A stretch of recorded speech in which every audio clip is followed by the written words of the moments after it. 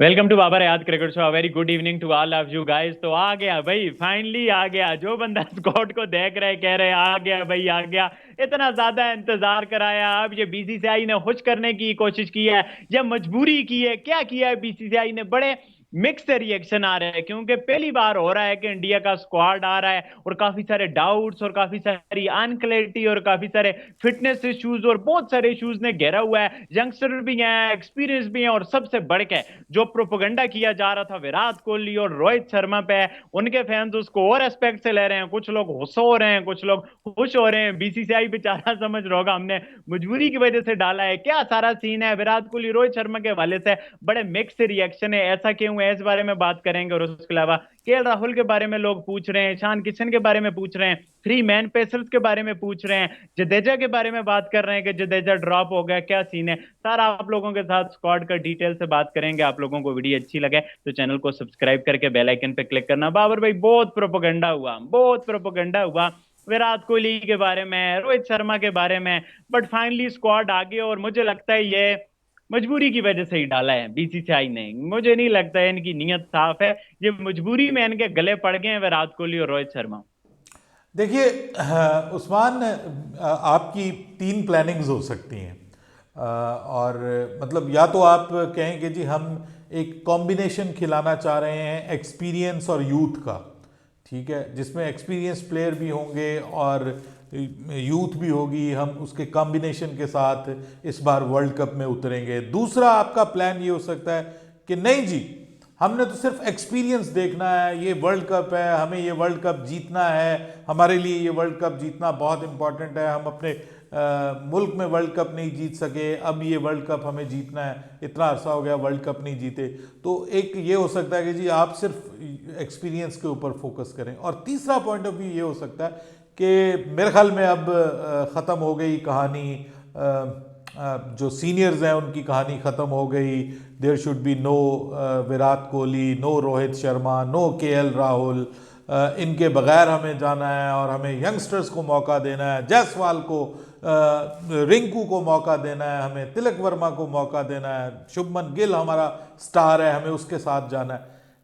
ये जो squad announce किया है ना, ये आप ठीक कह रहे हैं, ये मुझे लग रहा है कि कुछ मजबूरी लग रही है, क्योंकि ये कोई एक भी इसके ऊपर फिट नहीं आती चीज ना। ना ये पूरी तरह एक्सपीरियंस को साथ में रखा गया है, ना आप ये कहें कि जी एक्सपीरियंस और यूथ को अगर साथ लेकर के चलना है तो उस हिसाब से देखा गया है, और ना ही ये मुकम्मल तौर पे यूथ को लाया गया है। अब कप्तान जो है वो आपका असल में कप्तान है कौन? यानी ये बाकायदा अब ना कंफ्यूजन होना शुरू हो गई है कि there are too many captains in India. And sometime it, लोग ये कहते हैं कि too many things are not good. मतलब जब आपके पास टू मैनी ऑप्शंस होती हैं ना, तो वो बाज़ औक़ात आपके लिए कंफ्यूजिंग बन जाती हैं। आपका T20 का कप्तान कौन है? आप हार्दिक पांड्या के ऊपर इन्वेस्ट कर रहे थे काफ़ी अरसे से, उसको T20 का कप्तान के तौर पे सामने आ रहे थे, बट उसका अपना फिटनेस का मसला है। बहुत सारे लोग, मैं जैसे सुन रहा था आकाश चोपड़ा जी को, कि वो कह रहे हैं कि जी उसका तो बतौर एक प्लेयर के T20 वर्ल्ड कप में उसकी फिटनेस का जो मामला चल रहा है लेकर के शायद वो बतौर एक प्लेयर शामिल ना हो सके। आईसीसी ने उसको शाहीन शाह अफरीदी के साथ बतौर कप्तान, आईसीसी ने तो नहीं, खैर स्टार स्पोर्ट्स वालों ने वो जो पोस्ट लगाई है, एक तरफ हार्दिक पांड्या और एक तरफ शाहीन शाह अफरीदी, लोग उसको देख के हैरान थे कि भाई इसको अभी से कप्तान कैसे बना दिया स्टार स्पोर्ट्स वालों ने, जबकि उसकी अपनी फिटनेस के ऊपर सवाल उठ रहे हैं। कप्तान कौन है? आपका कप्तान केएल राहुल है, आपका कप्तान हार्दिक पांड्या है, आपका कप्तान रोहित शर्मा है, या आप किसी और के साथ कप्तान जाना चाह रहे हैं? मतलब रिसेंट पास्ट में उस्मान बहुत सारे कैप्टन आए। फिर बॉलिंग कॉम्बिनेशन आप देखें, डिफरेंट बॉलिंग कॉम्बिनेशंस को आजमाया गया, कहीं पे सारे यंगस्टर्स को आजमाया गया, कहीं पे जो है वो सीनियर्स को ले आया जाता है। अगर आपने यंगस्टर्स के साथ जाना है, जैसे अभी ये जो स्क्वाड है, अगर मैं आपको पहले बता दूं जो स्क्वाड अनाउंस हुआ है, रोहित शर्मा को एक बार फिर कप्तानी में वापस लाया गया है, उसके साथ शुभमन गिल हैं, जायसवाल हैं, विराट कोहली हैं, तिलक वर्मा हैं, रिंकू सिंह हैं, जितेश शर्मा हैं, और संजू सैमसन हैं।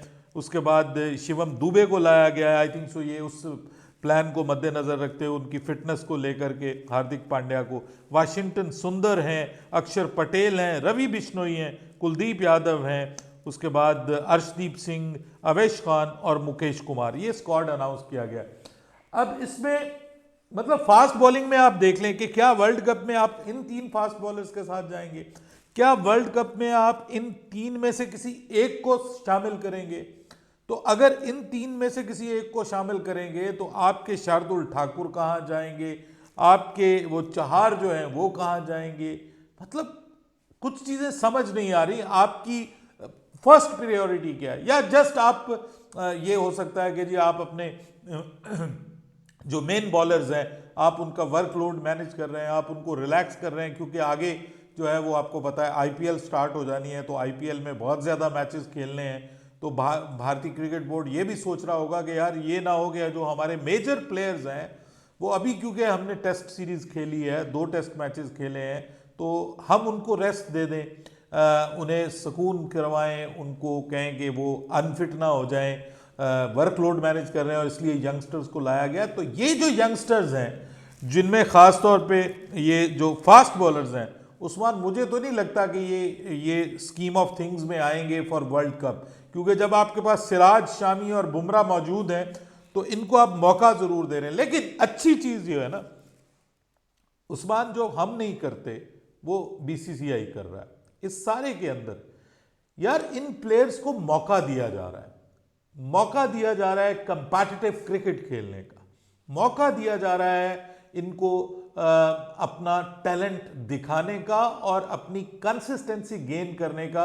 भले वो बॉलर हैं, भले वो बल्लेबाज हैं। अब इन्हीं बॉलर्स ने साउथ अफ्रीका में, इन यंगस्टर्स ने शुरू में जो लिमिटेड ओवर्स के मैचेस उसमें अच्छा परफॉर्म किया है, ज़बरदस्त परफॉर्म किया है, और इवन अर्शदीप और अवेश खान दोनों ने हैरान किया अपनी। फिर मुकेश शर्मा जो है, मुकेश कुमार जो है, वो अब बजाते खुद एक बहुत अच्छे बॉलर के तौर पे उभर के सामने आए हैं। ये जो बॉलर्स हैं, रवि बिश्नोई जो हैं वो एक एक्स्ट्रा ऑर्डिनरी बॉलर के तौर पे सामने आए।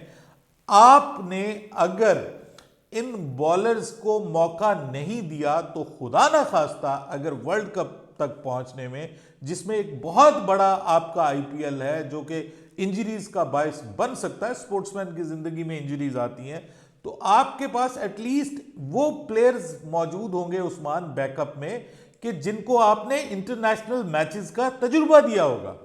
हमारी तरह नहीं होगा कि आप जनाब जमान खान को एशिया कप के ऑलमोस्ट वो सेमीफाइनल था श्रीलंका के खिलाफ और उससे पहले आपने उसको खिलाया ही नहीं था और वो आपका उस दिन वो मेन बॉलर बना हुआ था, उससे पहले आपने उसको डेब्यू तक नहीं करवाया था। ये नहीं है हमारे, पूरी सीरीज में अपने मेन बॉलर्स को रेस्ट करवाते हैं, उनकी जगह बी ऑप्शंस लेके आते हैं कि भाई अगर हमारा कोई मेन बॉलर वर्ल्ड कप में या किसी बड़े इवेंट में खुदा ना खास्ता अनफिट हो जाता है तो हमारे पास जो पीछे बॉलर्स हो उनके पास कंपैटिटिव क्रिकेट खेलने का तजुर्बा हो, इंटरनेशनल क्रिकेट खेलने का तजुर्बा हो। तो मैं तो ये समझता हूं कि ये इस हिसाब से कम कम इस पॉइंट ऑफ व्यू से ये अच्छा है कि आप अपने जो भी आपके बैकअप के ऊपर प्लेयर्स हैं आप उनको मौका दें। इसमें ईशान किशन नहीं है, इसमें केएल राहुल नहीं है, उनको रेस्ट दिया गया है।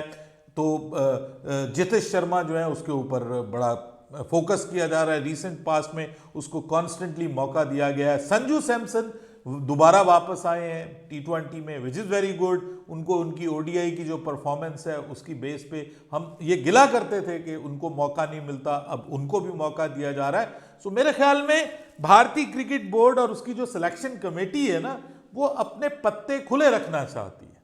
वो ये चाहते हैं कि हमारे पास 2-2, 3-3 ऑप्शंस होनी चाहिए हर पोजीशन की, हर बॉलर की 2-2, 3-3, 4 रिप्लेसमेंट्स होनी चाहिए ताकि वर्ल्ड कप में हमें अगर इंजरी का इशू हो तो हमारी तरह ना हो कि अगर नसीम शाह चला गया तो हम कहें जी हमारा तो वर्ल्ड कप ही बढ़ गया, तो ये वो बढ़ने वाला सीन ना हो जाए।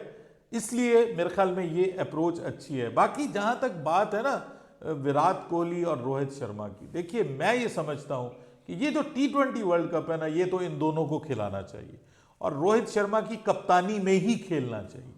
रोहित शर्मा ने बतौर कप्तान वर्ल्ड कप में बहुत अच्छी कप्तानी की है, मुझे बहुत पसंद आई है। अनफॉर्चुनेटली कि जो नहीं होना चाहिए था वो हो गया फाइनल में, मतलब I was shocked, really shocked. मैं अभी भी शॉक्ड होता हूँ कि भारत फाइनल कैसे हार गया।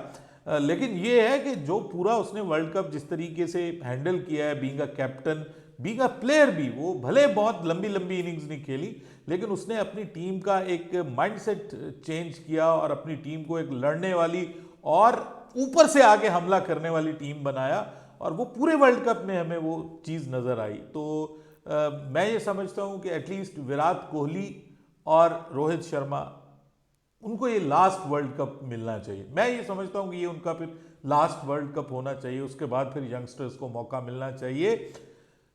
जहां तक बात जायसवाल की है, जहां तक बात दूसरे ये जो रिंकू सिंह और तिलक वर्मा, देखिए आप रिसेंट पास में उस्मान, इनको काफ़ी मौके मिले हैं, लेकिन इनमें हमें वो कंसिस्टेंसी नज़र नहीं आ रही, वो उस तरह से टैलेंट नज़र आ रहा है, सब चीज़ें नज़र आ रही। कहीं पे ये बहुत एक्स्ट्रा ऑर्डिनरी परफॉर्म कर रहे होते हैं, लेकिन अगले ही मैच में ये बिल्कुल डिसअपॉइंट करते हैं। तो अभी क्योंकि यंगस्टर्स हैं, वो एक्सपीरियंस नहीं है रिप्लेस करने का रोहित शर्मा को और विराट कोहली को, तो आई थिंक सो कि ये बुरी चीज़ नहीं है। आप अपने सीनियर्स को आखिरी वर्ल्ड कप में लेके जाइए और उनको मौका दीजिए कि वो अपने जो भी उनका कैरियर है वो उसको एक वर्ल्ड कप की जीत के साथ ख़त्म करें। उसके बाद फिर अब तुम्हारे हवाले वतन साथियों कह के वो चले जाएं, तो मेरे ख्याल में इसमें कोई हर्ज नहीं है। छोटा इवेंट है, छोटा वर्ल्ड कप है, आपको पता है, ज़्यादा बड़ा वर्ल्ड कप है नहीं, ये 1 महीने का वर्ल्ड कप है। तो आई थिंक सो कि ये एक अच्छा सोच इसके पीछे अच्छी है। इख्तलाफ तो भाई ये एक उस्मान जो सिलेक्शन है ना, ये एक थैंकलेस जॉब है। आप इसमें हीरे भी सिलेक्ट करके टीम में रख देंगे, लोग उसके ऊपर भी एतराज करेंगे।